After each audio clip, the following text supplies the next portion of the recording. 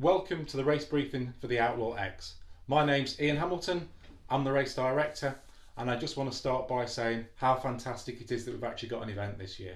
Secondly, thank you for entering. We're so grateful for all of those people that have actually entered the event and that we wish that you're fit and well.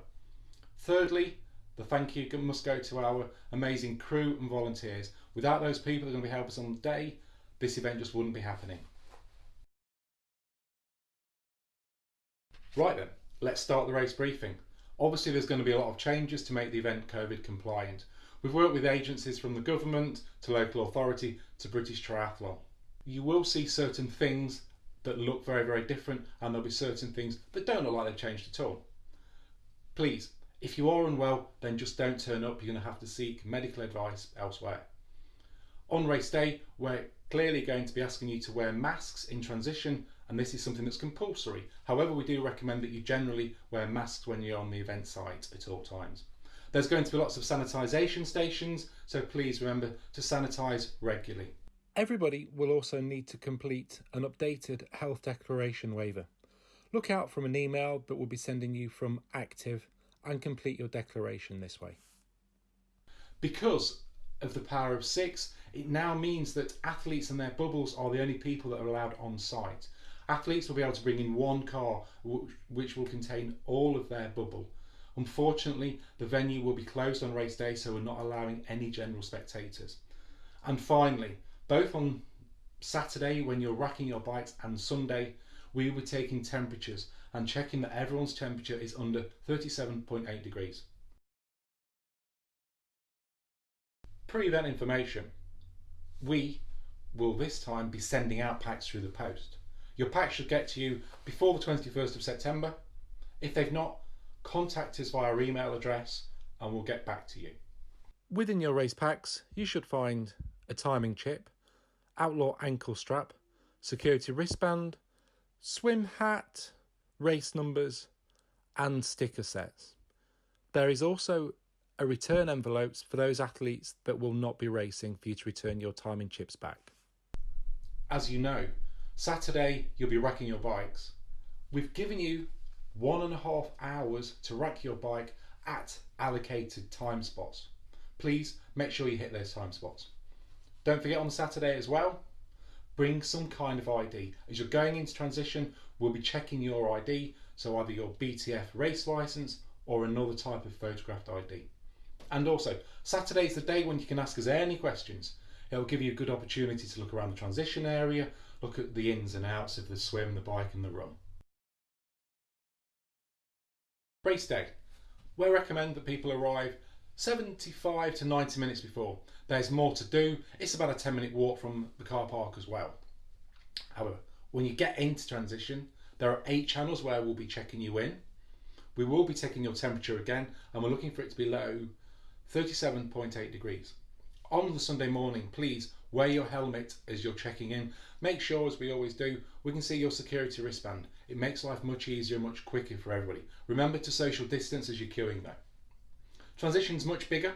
There will not be any change marquees inside, and there are not going to be a secure kit or bag storage inside. That means your bag will stay next to you in transition. Don't go crazy. Keep your bags nice and small. Something maximum size of the suitcase or a bag that you'll take onto an aeroplane is ideal. For those taking part in the team event, got a bit of information for you as well. Saturday, we only need one person to rack their bike. However, Sunday, as we mentioned before, need all 3 of you to come into transition at the same time. There will be a specific area where the teams will be, and tagging will be slightly different this time. You need to get to within 5 metres and then the next athlete can go. You'll note that there will be 3 timing chips that we actually sent you out. So your swimmer comes out and only needs to get to within 5 metres of where your cyclist is, and then your cyclist can go. And the same happens. The cyclist will then come back in after completing the bike, re-rack their bike, and the runner can go stood 5 metres away. It'll be the runner that collects your 3 t-shirts and your 3 medals once they finish the run. The swim. Everybody has been allocated times for going down to the swim. Nobody has any specific start times, and you don't have to start in number order.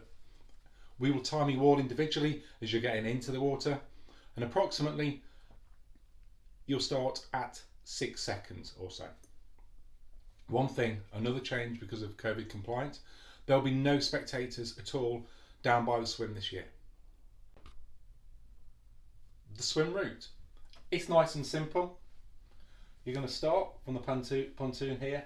It's a simple 700 metres, and you're going to turn left.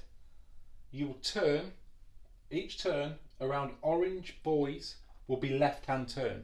As you can now see, we're coming down to the bottom of the lake, where we're going to make another left hand turn and heading towards the centre of the lake. At this point, you're going to make a right hand turn, and that's going to be where there's going to be 2 red pyramid buoys, another left round an orange, and then out onto the pontoon. We will not be able to assist you off the pontoon this year like we did last year, so please be careful as you're getting onto the pontoon as you exit in the lake. Any problems at all during the swim, please roll onto your backs, make lots and lots of noise. We've got water safety there that will be able to come along and help you out. The bike course. The bike is on a mixture of roads. It's on open roads, semi-closed roads, and some have got full closures. However, from a safety point of view, what I want you to do is ride the whole course as it's an open road. You're in charge of your bike. Please don't take any risk to save a couple of seconds. On the course with you, there'll be 3 types of vehicles. There's going to be NEGs. Their job is ultimately to ensure you're riding within the rules of the sport and the rules of the road. Secondly, they've got comms, they've got communications with the people that are running the event itself. So they will communicate any medical issues or any mechanical issues. We've also got ambulances that are sited out on the course, and secondly, we've got 2 of our OSB support vehicles. They're there from a mechanical point of view. If you have punctures, snap your chain, etc., etc., they will come and they will get you moving again. One thing I want to remind you of is that for this distance event, drafting is at 12 metres. So make sure you're staying back at least 12 metres at all times. The other thing is litter. Please don't drop any litter at any time unless it's in a specific litter drop zone. Okay, we have a simple theory: if you can carry it when it's full, carry it when it's empty. I know we've passed it, but we have 1 bike feed station. That's at 35.4 miles. It's a self-service bike feed station, so you will come in, you'll pull off the road, you'll go into a lay-by, dismount your bike, collect new bottles, and there'll be gels there as well. Obviously, there's more information in our race information. On to the run. The run is mostly within the private grounds of Thoresby Park, which means you will not be able to recce the actual run route. The route is 3 laps. The surface is a mixture of tarmac, concrete, sandstone paths and woodland paths and a small section of grass. But do not worry, you do not need off-road shoes. On each of the laps, you will pass 1 feed station, and the feed station will contain water, High Five Energy, High Five Zeros, Coke, as well as a mixture of High Five gels and bananas. On each lap, you will also pass 2 drink stations. Whether it be a drink station or a feed station, you will find a litter drop area and also toilets. Don't forget, at the end of the 3rd lap, rather than turn left and continue around the laps, make a right hand turn where you will then head towards the beautiful Thoresby Hall, ready for your backdrop of the finish.